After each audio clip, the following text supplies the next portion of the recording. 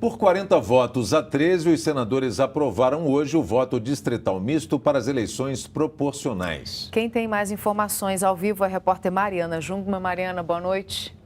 Oi, Catiúcia, boa noite. É o seguinte, nesse voto distrital misto, os estados são divididos em distritos e o eleitor vota duas vezes. Uma no candidato que ele achar que representa melhor ali o seu distrito, a região onde mora. E a outra numa lista de candidatos oferecida pelos partidos políticos.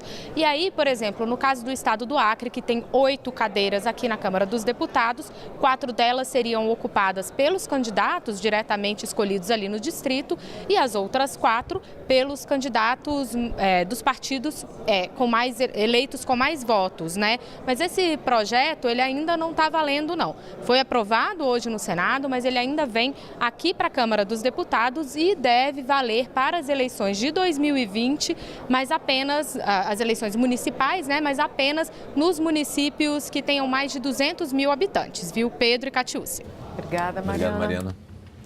Uma proposta em tramitação na Câmara dos Deputados prevê a tão esperada reforma tributária. O projeto simplifica impostos e simplifica também a legislação com um compromisso: não aumentar a carga de tributos. Em São Paulo, empresários e governos se uniram para discutir os impostos no país. Siglas que não acabam mais. ICMS, ISS, IPI, COFINS, CID e por aí vai. Empresários reclamam que a carga é alta e o sistema tributário confuso. Já o consumidor raramente sabe o quanto paga em impostos. Os impostos não são somente altos, mas são complexos e são, de certa forma, desorientados a nível do crescimento da economia brasileira, porque eles prejudicam o valor agregado, eles oneram o investimento, eles prejudicam a competitividade exportadora, então é claro que eles atuam contra o crescimento. O Brasil é um dos países onde mais se desperdiça tempo, pagando e calculando impostos. De acordo com o relatório do Banco Mundial, uma empresa no país gasta em média 2.000 horas por ano com a burocracia dos tributos, 6 vezes mais do que a média dos países da América Latina. Como o sistema é muito complexo, quase todas as empresas têm algum tipo de questão tributária, seja no âmbito municipal, estadual, federal. Outro problema é que o sistema tributário brasileiro concentra a arrecadação no consumo e não na renda. Um modelo que sobrecarrega os mais pobres. Para simplificar o sistema, tramita na Câmara dos Deputados uma reforma tributária.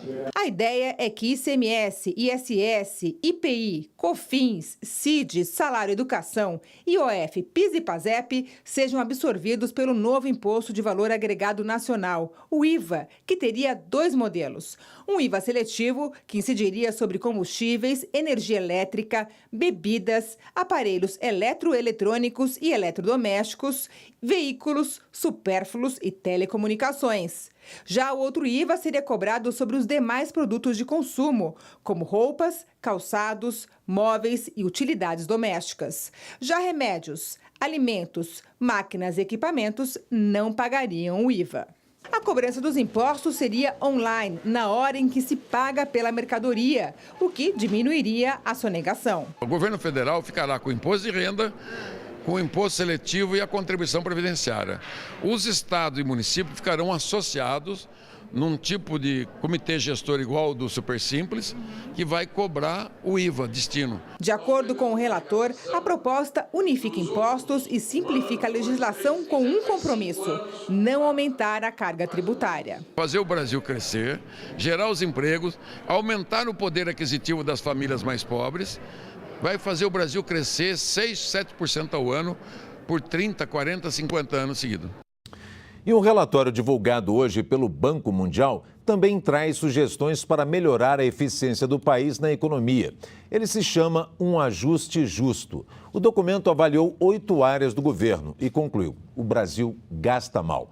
Gasta mais do que pode e a aplicação do dinheiro não é eficiente nem socialmente justa. O documento fala do aumento das despesas obrigatórias do país ao longo dos anos, ressalta que tudo isso leva à falta de espaço para investir e movimentar a economia e, consequentemente, gerar emprego e renda. E traz diversas sugestões para equilibrar as contas do país, entre elas a reforma da Previdência. As propostas feitas no relatório do Banco Mundial trazem muitas oportunidades de atuar na mesma direção. Ajustar os gastos públicos de uma forma tendo em vista a justiça social, protegendo os mais pobres, mas aumentando a eficiência do gasto, aumentando a eficácia e contribuindo não só para o ajuste fiscal, como para o aumento da produtividade do Brasil. Um belo espetáculo de aurora boreal iluminou o céu do estado do Alasca, nos Estados Unidos.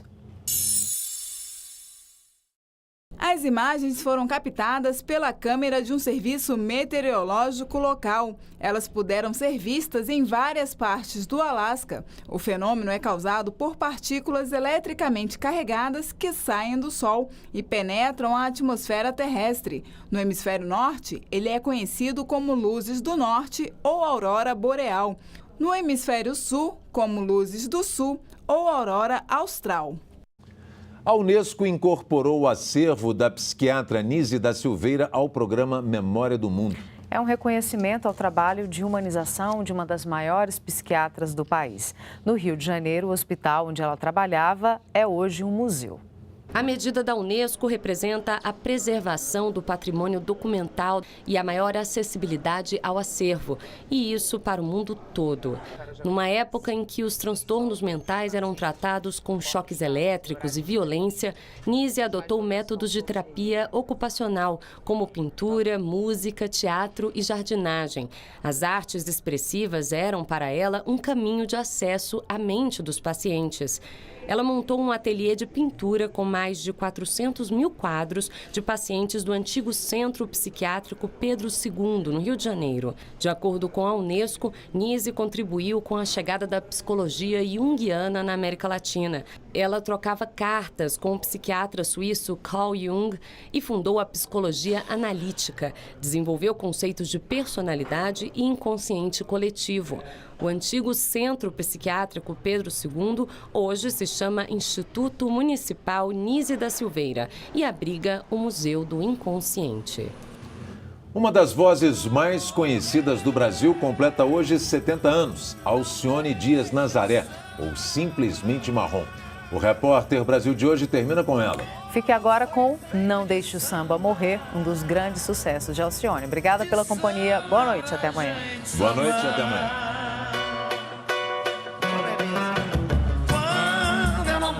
Pisar mais na avenida, quando minhas pernas não puderem aguentar, levar meu corpo